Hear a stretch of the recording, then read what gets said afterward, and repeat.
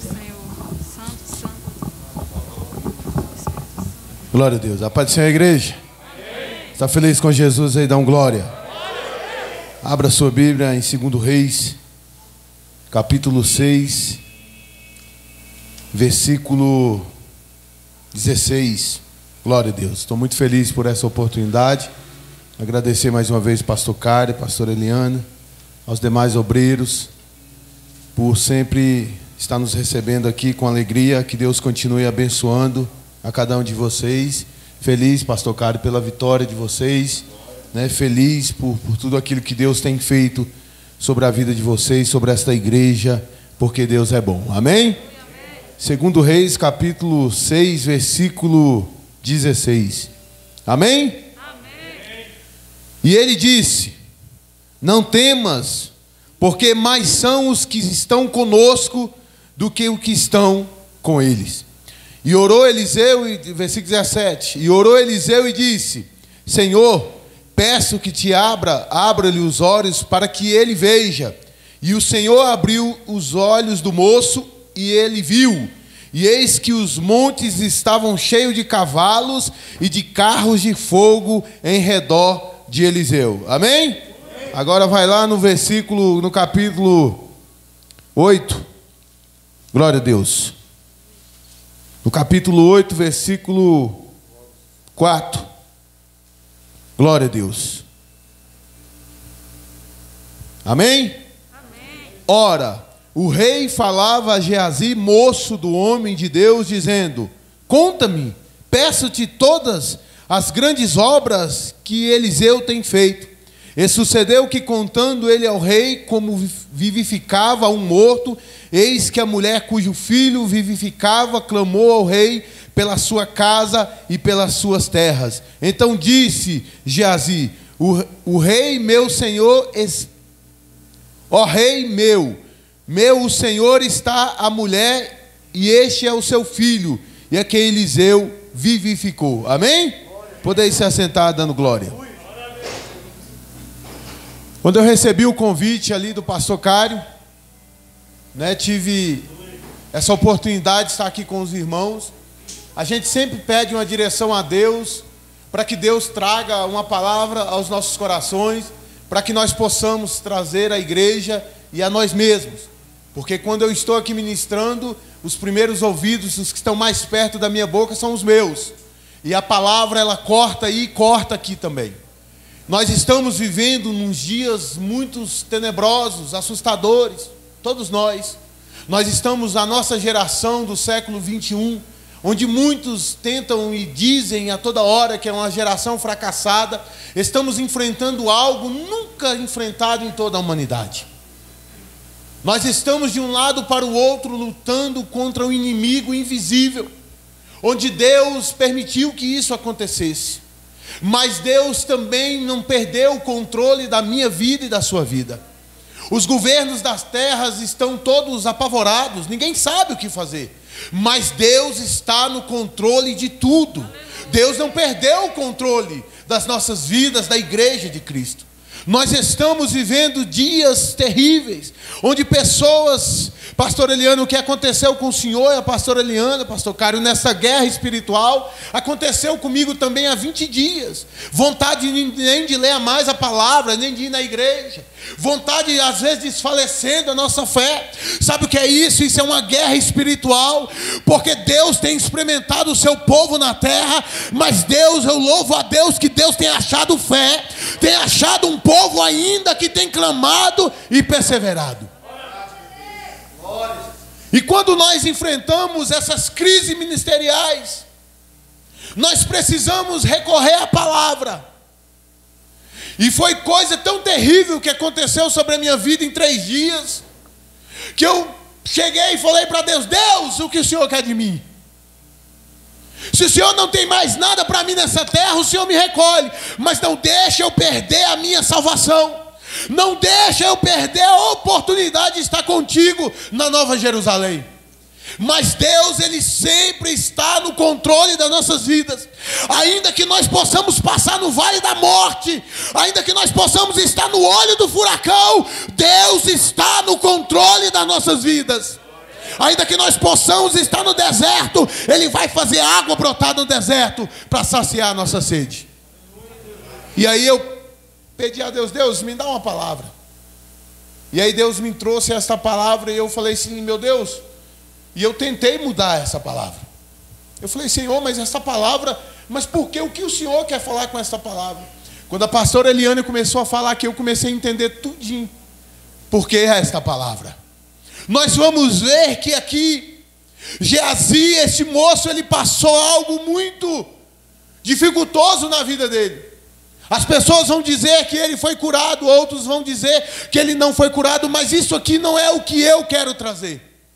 Eu quero trazer aqui esta palavra, é que ele está com Eliseu agora, e vem uma grande tempestade contra aquele povo, e ele pela luta, pela angústia, às vezes nós perdemos a nossa fé, nós perdemos a nossa visão, nós não queremos mais orar, nós não queremos às vezes nem acreditar nas promessas do Senhor, mas o Senhor sempre vai trazer uma palavra para nos animar, nos alertar, nos levantar e dizer, eu não perdi o controle da sua vida.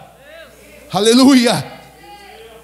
E quando ele traz a notícia, ele disse, o homem disse, ele disse, não temas, porque mais são os que estão conosco do que estão com eles. Isso é algo espiritual. Porque nós estamos vivendo nos dias que as pessoas, a humanidade, muitos de nós em geral, estão focados nas coisas naturais, e as notícias naturais são tenebrosas, as notícias naturais nos traz medo, mas as notícias espirituais nos traz a certeza que Deus está nos conduzindo, nos levando adiante das batalhas. Então a palavra que eu quero deixar aqui hoje para a igreja: tire mais seus olhos das coisas naturais e olhe para as coisas espirituais. Aleluia, Deus. Porque se você ligar a televisão nas coisas naturais, as notícias nunca são boas. Mas se você abrir no Salmo 23, as notícias são boas. Se você abrir no Salmo 40, as notícias são boas. Se você abrir no Salmo 28, as notícias são boas. Então, muitas das vezes, foi o que o pastor Cário falou, nós estamos com vontade de ler a palavra, mas nós não temos força. Isso não acontece só com ele, não acontece só comigo, acontece com todos nós. Aí nós vamos para frente da televisão e as notícias são péssimas. As notícias não trazem certeza nenhuma. Aí Deus, pela infinita misericórdia, nos traz uma força, e nós abrimos a palavra e vemos notícia que nos anima, que nos encoraja a prosseguir. Aleluia. Então não temas, porque o que está conosco é maior do que está com eles. Nós, a igreja de Cristo, o corpo vivo, a igreja de Cristo escolhida, lavada e remida pelo sangue, é ainda que faz diferença sobre esta terra. Ainda que muitos estão rumando desculpa para não estar na igreja, ainda existe um povo que está perseverando na palavra e na presença do Senhor. E ele sai agora, pelo um ato que ele comete, ele sai agora com uma enfermidade.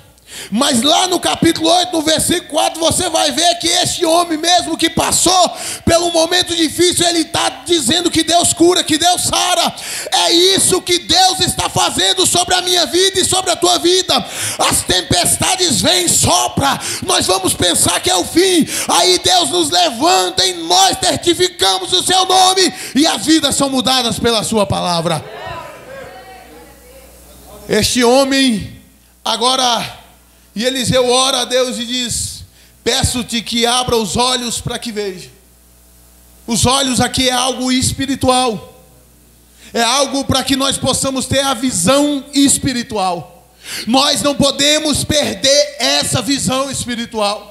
Quem está passando, igual o amado casal de pastor passou por essa enfermidade, só eles sabem.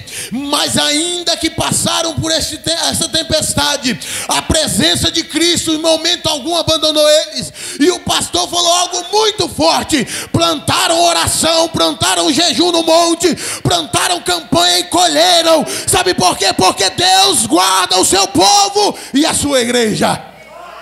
Aleluia. E Deus permite que essa enfermidade agora venha para o bonito, para o feio, para o negro, para o grande, para o pequeno, para o rico, para o pastor, para o padre, para o pai de santo. Essa enfermidade vem para todos. Sabe o que Deus está falando com isso? É que nós estamos, aleluia, no mesmo barco, mas agora não é todos que têm, aleluia, a proteção de Cristo, a glória de Deus sobre a sua casa. Este é somente o povo escolhido e lavado pelo sangue de Jesus. As pessoas vão dizer assim: mas isso é muito grave, isso é muito sério. Mas não tem uma coisa mais séria, tem algo muito mais sério do que essa enfermidade. Pastor, o que é isto? É a morte da nossa fé. É a morte da nossa fé. Se nós permitirmos que essas atrocidades matem a nossa fé, matem a nossa perseverança no Senhor, nós vamos perder a salvação, vamos perder a glória de Deus. Mas nós vamos perseverar no meio dessa tempestade e vamos adentrar na Nova Jerusalém e dizendo: Senhor, só o Senhor é santo. Aleluia. E naquele momento difícil, como todos nós estamos passando, foi assim. Para que os irmãos entendam, nós estamos passando, mas muitos não têm aprendido com isso que nós estamos passando. As pessoas estão deixando esta enfermidade tomar o lugar de Deus, muitas das vezes em nossas vidas, ou as lutas que nós passamos. E isso aconteceu comigo. Senhor, mas eu vou no monte, mas eu prego, mas eu ensino, eu faço isso. Senhor, mas por que eu? É porque Deus sabe quem Ele escolhe, e Deus capacita cada um de nós a passar pelas tempestades da nossa vida. Agora, já pensou, se nós não estamos conectados na videira, se nós não estamos ligados na videira, o que seria de nós? O que seria de nós?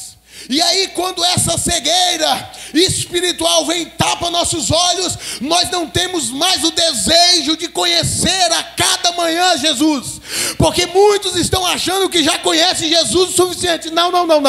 Jesus disse lá em Oséias, a palavra está dizendo: conhecemos e prosseguimos em conhecer ao Senhor. Ou seja, nós prosseguimos em conhecer o Senhor, Ele virá sobre as nossas vidas, sobre as nossas famílias.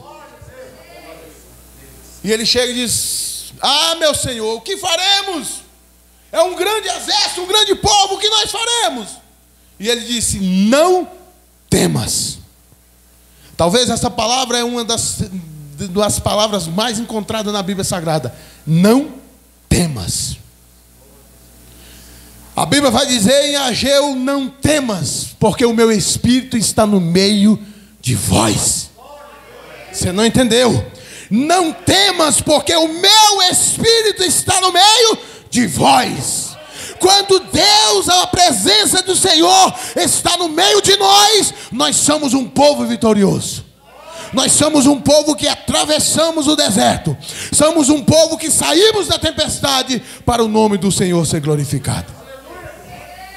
Porque mais são os que estão conosco do que estão com eles. As pessoas, a humanidade, está loucamente atrás de uma cura, não é verdade? Mas a cura já está aí. A cura já nos deu a liberdade na cruz do Calvário, que é Jesus Cristo. É logicamente que há duas vertentes aí, porque a Bíblia vai mostrar, quando Ezequias adoece, a Bíblia diz que Isaías chega no meio do pátio, Deus fala: volta lá e fala que eu vou acrescentar mais 15 anos para aquele homem. Mas Deus nos mostra ali naquele versículo que a ciência pode andar junto com a fé. Porque diz: vai lá em Isaías, vai lá em Ezequias, fala para ele, faz uma pasta de figo, ou seja, um remédio, e coloca lá. Deus está nos mostrando que a ciência e a fé podem andar junto. Mas a fé é maior do que a ciência. A fé é maior do do que a ciência. Porque a ciência me mostra a ciência ressuscitando o homem a 4 dias mortos. Me mostra a ciência abrindo o mar para que o povo possa passar. Mas nós não podemos perder a conexão com a videira verdadeira. Coisa terrível é quando a nossa fé é assassinada, quando ela morre. Isso já aconteceu comigo. Para que você possa voltar a ser o que era, você tem que pagar um preço. Mas só porque o inimigo ele tem trabalhado de uma maneira tão forte nesses dias, é para tirar de mim e de você a certeza das promessas de Deus sobre as nossas vidas. As promessas de Deus, quem tem promessas de Deus aí? Elas vão se cumprir sobre a minha vida e sobre a sua vida. Então quando aquele homem chega apavorado, Eliseu fala assim, e orou Eliseu e disse, Senhor, peço-te que abra os olhos para que ele veja. E o Senhor abriu os olhos daquele moço e viu, e eis que o monte estava cheio de cavalos e carros de fogo em redor de Eliseu. Amém? Então nós precisamos orar uns pelos outros para que Deus possa abrir os nossos olhos espirituais nesses dias. Nós nunca fomos dependentes da oração de um do outro como nesses dias. É uma dependência muito grande a oração do pastor, a oração da igreja, a oração do povo evangélico sobre esta nação, porque eu creio que a glória de Deus fará uma mudança sobre esta nação. Deus levantará uma geração de Neemias para reconstruir os muros desta nação. Homens e mulheres experimentados na palavra, experimentados no deserto, para levar uma palavra que cura e que sara. Então quando Deus abre os olhos daquele homem, ele vê a glória de Deus, porque é uma vertente agora espiritual. O monte está cercado de cavalos e de carros de fogo. Nos últimos dias tem crentes que se vê um carro de fogo, um cavalo por aí, vai sair correndo. Porque muitas das vezes os olhos estão tapados, espiritualmente falando. Há uma cegueira espiritual, não é o natural que eu estou vendo você me vendo. É o espiritual. Nós não conseguimos ver a porta do Senhor, nós não conseguimos ver a presença do Senhor, nós não conseguimos sentir a presença do Senhor, como nesse hino aqui, o hino cantando, eu comecei a chorar sentindo a presença do Senhor, porque coisa maravilhosa é quando nós sentimos a presença do Espírito Santo no meio de nós. Isso é maravilhoso. Então os olhos daquele homem é abertos e ele vê aquele algo sobrenatural. Aquilo traz tranquilidade. E a Bíblia vai mostrar no capítulo 8, no versículo 4, que agora ele está testificando o que Deus faz sobre a vida de Eliseu. Então aquele moço que sai de algo grave e vai para estar cego ali espiritual, no versículo 16, lá no capítulo 8, no versículo 4, ele já está vendo, ele já está glorificando e já está testificando aquilo que Deus faz. É assim que Deus vai fazer nessa geração, é assim que Deus vai fazer nesses dias. As pessoas estão dizendo assim, pastor, como está a fé dos crentes? Alguém me perguntou esse dia numa reunião que nós estávamos, eu falei, dos crentes eu não sei, mas a minha está intacta. Aleluia. Porque crente é todo aquele que crê. Então agora eu, como um servo do Senhor, a minha fé continua inabalável. Aleluia. Em Cristo Jesus. Logicamente que nós vamos entender, porque, pastor, o senhor não tem medo? O senhor não tem incerteza? Lógico que eu tenho, quem não tem? Mas agora nós não podemos perder, mais uma vez eu quero dizer, a conexão com a videira, que é Jesus Cristo. E essa conexão é com oração, jejum, palavra do Senhor. Porque muitas das vezes nós abrimos e lemos uma bula do remédio todo, mas não lemos a palavra. Volto a dizer, não estou dizendo que a fé não pode andar com a ciência, mas maior é a fé. Recebi um convite, e esse convite ligou, pastor, eu estou indo lá em Planaltina, eu estou com um irmão, ele está com Covid, e eu queria que o senhor fosse lá orar por ele, e eu queria que o senhor fosse lá estender as mãos por ele, e ele está muito mal, está na casa dele, não quer ir para o hospital. Eu falei assim, eu vou. Vai vendo. Eu vou. eu cheguei em casa e eu falei isso para minha esposa, é algo que muitas das vezes nós não ouvimos a voz do Espírito Santo e pagamos um preço. Ela falou assim: você vai? E as meninas? Nós temos que ter cuidado com as meninas. Nossas crianças são muito frágeis. Aquilo, pastor Cário, veio no meu ouvido, no meu coração. Eu liguei e falei assim: eu não vou.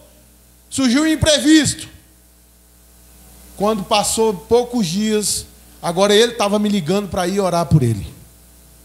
Então, o que é o que eu estou dizendo isso para pastor? Você não pode orar, lógico que eu oro, mas você tem que saber quando é que Deus está te dando a direção e não por emoção, porque quando nós estamos, aleluia, perdemos, aleluia, a conexão com a videira, nós não agimos pela fé, mas sim pela emoção e pagamos um preço.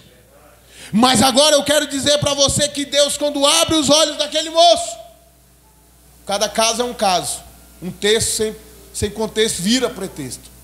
A palavra que eu quero trazer aqui é para que você não perca a conexão com a videira. Amém? Amém. Se ponha de pé. Eu queria que os meninos que cantou aquele último hino viessem aqui cantar ele mais uma vez. Queria que você ficasse no seu lugar. Mas eu queria que